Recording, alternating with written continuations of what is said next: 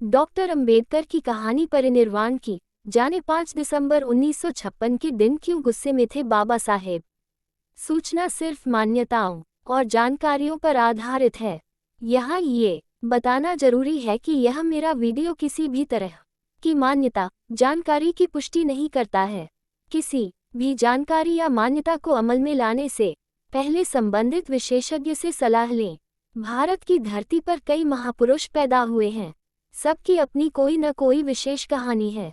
जैसा कि शेक्सपियर ने कहा है, बाबा साहेब डॉक्टर अंबेडकर की कहानी भी महानता से भरी है।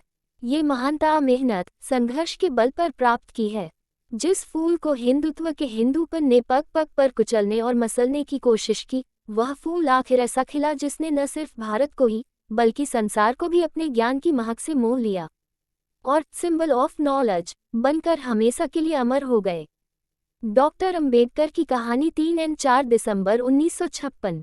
16 दिसंबर 1956 को बाबा साहेब भीमराव अंबेडकर को धर्मांतरण कार्यक्रम में भाग लेने हेतु मुंबई जाना था। 3 दिसंबर की रात को बाबा साहब इस कार्यक्रम की तैयारी के बारे में चिंतन कर रहे थे।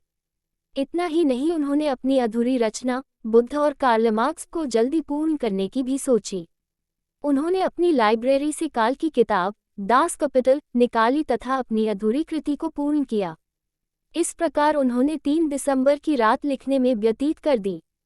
4 दिसंबर को उन्होंने राज्यसभा की कार्यवाही में भाग लिया। कुछ मुद्दों पर बहस करने के बाद वे वापस अपने घर लौट आए। घर लौटने के बाद 4 दिसंबर को उन्होंने कांग्रेस को सशक्त विपक्ष देने के इरादे से राजनीतिक दल के गठन के लिए आचार्य पी.के. अत्रे तथा एस.एम. जोशी को पत्र लिखकर रिपब्लिकन पार्टी ने जुड़ने के लिए सहयोग मांगा। 5 दिसंबर को डॉक्टर सविता अंबेडकर से क्यों गुस्से में थे। 5 दिसंबर की सुबह काफी ठंड थी। देर रात तक जागे रहने के कारण बाबा साहब डॉक्टर अंबेडकर देर से जागे। उनका सहयोगी नानकचंद रत्तू कार्यालय चला गया था। उस दिन मुंबई से डॉक्टर मावलंकर भी उनके घर आए थे। डॉक्टर सविता अंबेडकर मेहमान डॉक्टर मावलंकर के साथ सामान खरीदने बाजार चली गई। इस दिन डॉक्टर अंबेडकर पूरे दिन घर पर अकेले रहे। शाम को रत्तू भी ऑफिस से घर लौट आया था, लेकिन देर शाम तक सविता घर नहीं लौटी थी। उन दिनों उनकी तबीयत बहुत खराब चल रही थी।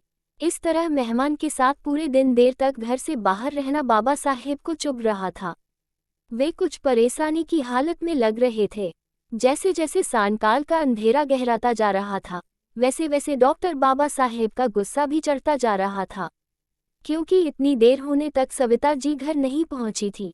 बाबा साहेब का गुस्सा घर जे नौकरों और रत्तू को साफ साफ नजर आ रहा था, क्योंकि वे बार बार उनसे सविता जी के आने की खबर पूछ रहे थे।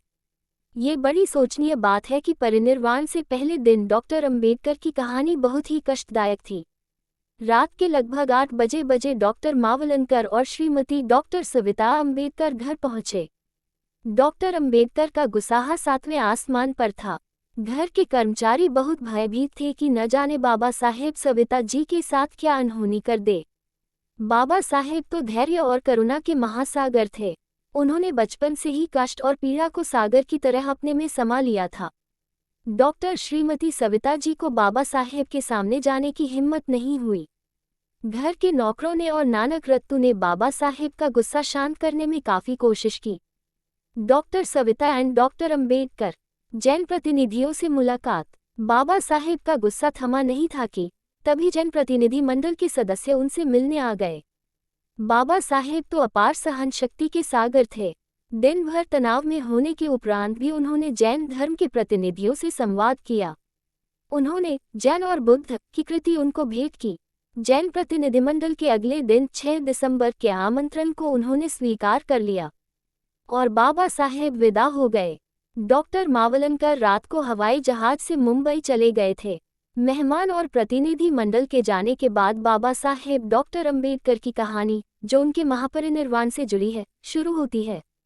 नानकचंद ने उनके सिर ने तेल की मालिश की। उनको थोड़ा आराम महसूस हुआ। सोने से पहले रोज की भांति बुद्ध शरणम का पाठ जपने लगे। उन्होंने उस रात चावल भी खाए, रेडियो पर गाने भी सुने। सोने से पहले उन्होंने कुछ किताबें अपने पास रख ली। श्रीमती सविता अंबेडकर डॉक्टर भीमराव के गुस्से से काफी डरी हुई थी। उनको अपनी गलती का एहसास हो रहा था। वह डर के मारे उनके करीब नहीं गई। 6 दिसंबर की सुबह जब सविता जी जागी, उन्होंने खिड़की से झांक कर देखा। कमरे से कोई प्रतिक्रिया नहीं हुई। फिर सविता जी ने उनको आवाज लगाई, मगर बाबा साहेब तो बुद्धत्व में लीन हो चुके थे। 50,000 लोगों ने ली बौद्ध धर्म की दीक्षा, चिता के सामने। बाबा साहेब के पार्थिव शरीर को डकोटा हवाई जहाज से दिल्ली से मुंबई ले जाया गया। उनके अंतिम दर्शन पाने हेतु मुंबई की सड़कें जाम हो गई थी। उनके पुत्र यशवंतराव अंबेडकर ने बाबा साहेब को मुखाग्नि दी। उनका अंतिम संस्कार बौद्ध रीति के अनुसार हुआ। बाबा साहेब की लोकप्रियता इतनी अधिक थी कि उनकी चिता के सामने 50,000 लोगों ने बौद्ध धर्म को अपनाया।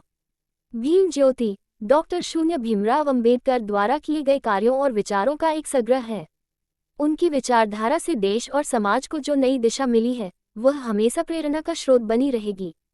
उनके जीवन, संघर्ष और सिद्धांतों को प्रसारित करना भीमज्योति वेबसाइट का प्रमुख उद्देश्य है।